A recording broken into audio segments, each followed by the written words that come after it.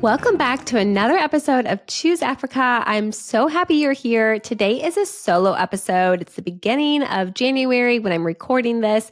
And this is all about why you have never heard of hiring from an African country before. Now, most of our clients truly never knew that your best cold caller is probably located in Ethiopia, or your best virtual assistant is probably in Zimbabwe right now. And that's okay. I personally love being the one person who gets to tell our clients that this exists and that you should be hiring from the continent and why you should be hiring from the continent. But today I had a meeting with this amazing woman. She is a productivity coach, and she was like, I feel so bad that I didn't know you could hire from Africa. I've literally never heard of it before. And I tell people to get VAs all the time. I just literally didn't know I should be telling them to hire a VA from an African country. And I was like, you do not need to feel bad. It's not common knowledge yet. And so we started talking about why it's not common knowledge yet. So in this podcast episode, I'm going to share just 5 reasons why I think most people, especially in the US, don't know that you should be hiring from Africa. And hopefully that will give you some more ideas onto what the continent's really like and see if it's a good place for you to hire from. So reason number 1 why I think most people don't know about hiring from Africa is because of the danger of the single story. So if you don't know what I'm talking about, that is a phrase, danger of a single story, from Chimamanda Adichie, who's like this really amazing Nigerian author. And she also did a TED Talk back in the day. It's been years since it came out, but it is so good. I would tell you to go listen to it.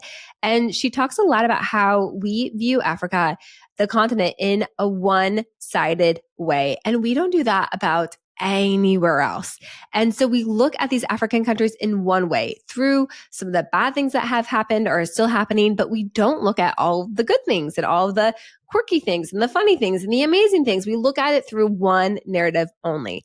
And we don't do that about other places. So for example, let's say I said, hey, let's go on a trip and we're going to go to this country, and every 32 minutes, there is a murder that happens. Also, someone is raped every 3.8 minutes, and every 2 minutes, there is a robbery. Would you want to go to a country with me if someone is murdered every half hour and somebody else is robbed every 2 minutes? No, absolutely not. That does not sound like a country to visit, right? But those are literally the FBI statistics for the United States.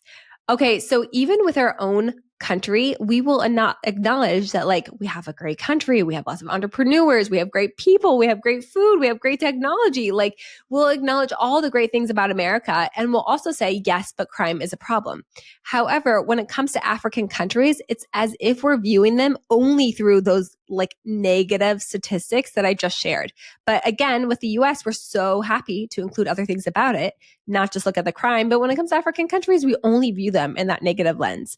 And so I think that's number 1, is we just only view the continent in one way. And that's really unfortunate because it is a dynamic continent, and it's a country, the countries are just like every other country around the world. They have good things, they have bad things. The countries are very different from each other. I could go on and on, but it comes down to our inability to see them for more than anything else. So why is this? Why do we only see Africa in this negative narrative? And I think that brings me to point number 2, which is the media. The media has done no favors to the African continent. It has continued to perpetrate this negative story. They've only shared a lot of the bad things that are happening. And here's one example. When I was living in Ethiopia, I was having coffee with a journalist from The Economist, and he had just gone to Eritrea. It was right when the border to Ethiopia and Eritrea opened up, and Eritrea was getting a lot of tourists from Ethiopia, and from people who were excited to visit Eritrea. And so he went, and he was telling me oh my goodness, the beaches in Eritrea are amazing. The food is good. The people are the nicest, amazing place to visit. And I was like, that is so cool. And he's like, unfortunately, I'm never allowed back. And I was like, what? Why? And he's like, oh, I wrote some super horrible things about the country and the government. And so, yeah, I'm blocked from ever going back.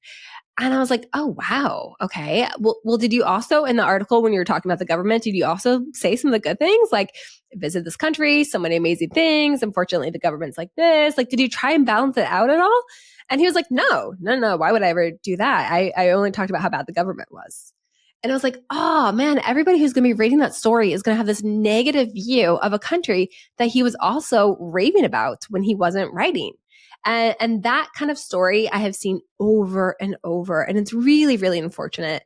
Even when I lived in Ethiopia, I would see news articles going out about Ethiopia and what was happening in the politics and in the country. And I was right there in the areas they were talking about, and it was not true. And it was just so devastating to see. One of my very first podcast episodes was actually with an Ethiopian journalist. And he mentioned that I think it was like BBC that was using a photo from the 80s and taking it out of context to talk about what was happening in the current day and just completely misleading readers. So unfortunately, reason number 2, why you've never heard of hiring from the continent, is because the media is not putting it out there. Number 3 is a lot of other information about African countries probably comes from charities or nonprofits that you're supporting. I knew, like growing up, I grew up in the church, so we had missionaries who would go to different African countries. My grandma was really big into giving to different charities. And so a lot of my knowledge before I'd ever gone to the continent came from these sources.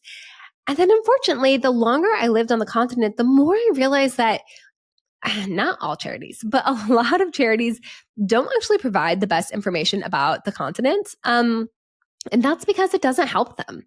I remember when I was in Mozambique, I was actually visiting someone that my dad's church or someone supported. I think they had worked together with this charity. So I was visiting it. And I went and it was like a missionary couple, and their house was amazing. They were living way better than I was living in the United States. They had amazing food. They had a housekeeper. They were 10 minutes away from the beach in a lovely country. And I was talking to them about it, and the wife said the biggest problem was when she came back to the US, she always had to go to Goodwill to buy clothes so that she could ask for more money. And when she talked about why she needed money, she talked about all the negative things that were happening around her and how hard it was and how horrible it was, because that's what got her money. But in reality, she was actually living a really good life in a really good country in a really great house. But she's not going to get as much money, unfortunately, if she says, I'm living in Mozambique and it's an up and coming country in Africa and it has great tourism and it has great business and people are really friendly and people are really nice to me and all these amazing things are happening, because that doesn't get her as many charities or donations. Now, I'm not saying every nonprofit does this or every charity does that, because there are some great ones. But overall, a lot of these charities get more money the worse of picture they paint. And so unfortunately, again, that's what we hear. If you've never been there before and you've never seen the other side, you're only going to hear these negative things over and over. And that's going to paint your picture. And when we only hear about crime or poverty or war, you don't also realize that there's really strong professionals there who are experienced and educated and want to work and are really good at their jobs and could really be a great contribution to your company.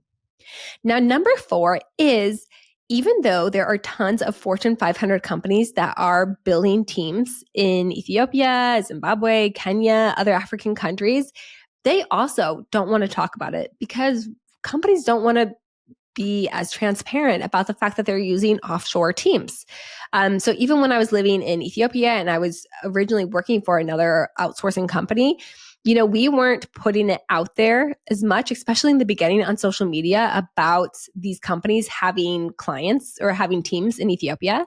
In fact, the biggest outsourcing company in Africa, I was asking them, can we promote together, what clients you have and the amazing work that's being done?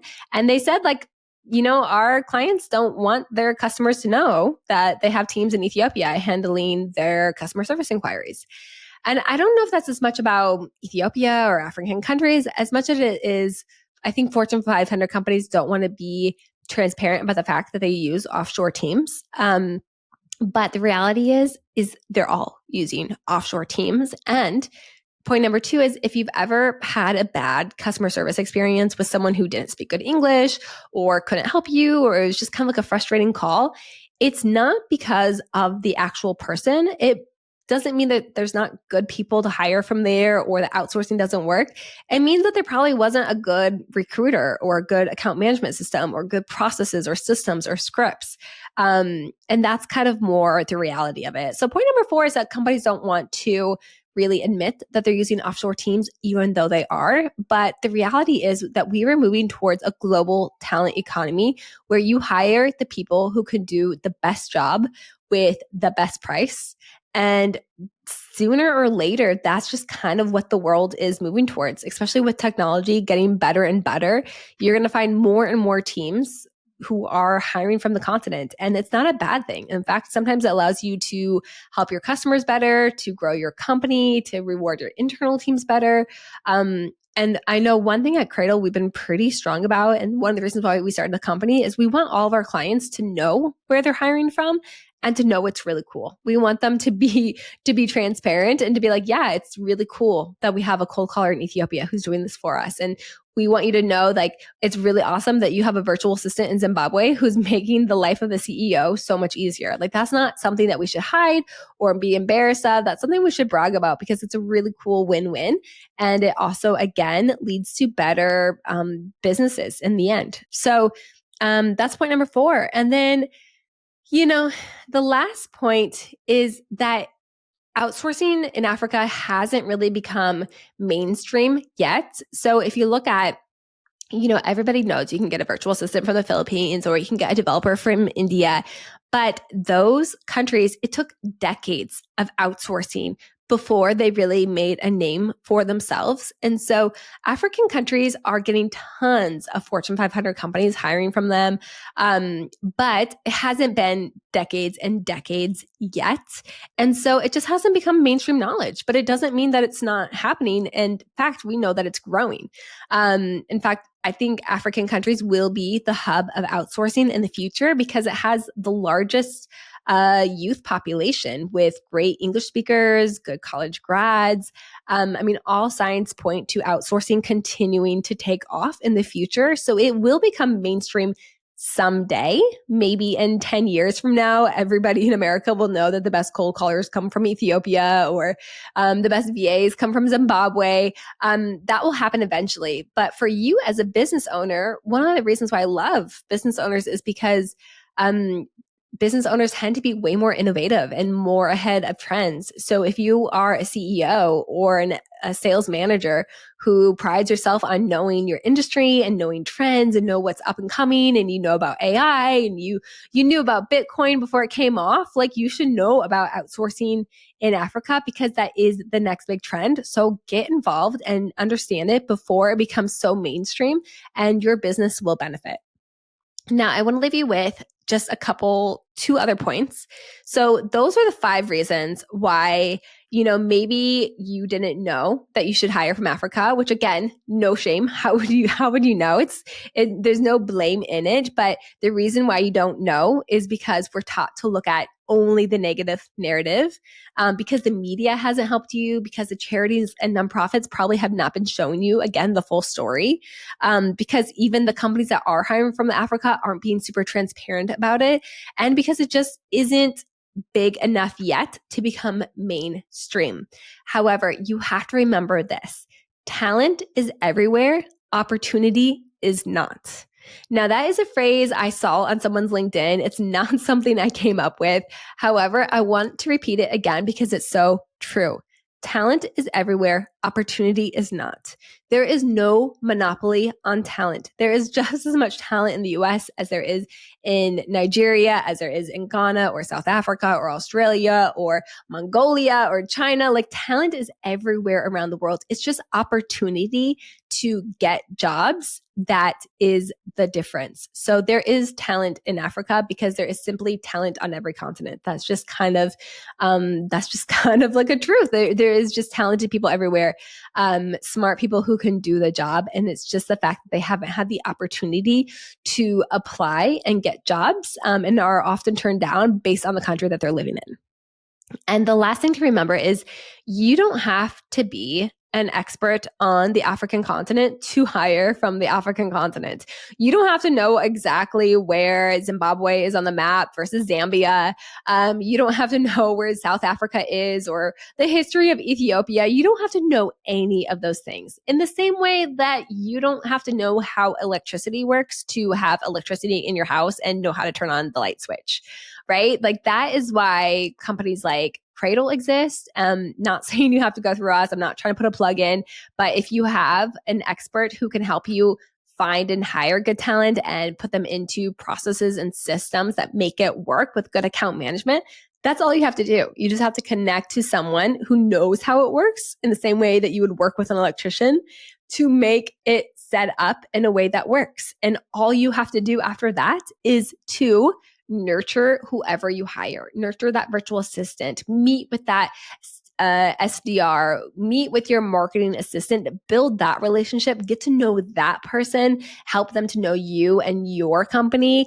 And then from there, you'll see why most people who hire from Africa continue to build and build their teams, because it is truly the best talent at the best rate with the best work ethic. And you'll see the benefits. So that's what I want to leave you with. If you have never heard of hiring from Africa until today, I'm so happy that you're here. If you have any more questions about hiring from the African continent, please reach out. You can always find me on our website, on LinkedIn. I love talking about this, and I love helping people see that they should be hiring from the African continent. And in the meantime, thank you for listening. It would mean so much if you would leave a review or subscribe to this podcast. That helps keep you updated with all of our favorite tips for onboarding offshore team members and making it successful and growing your business with offshore teams. And thank you for listening. See you in the next episode.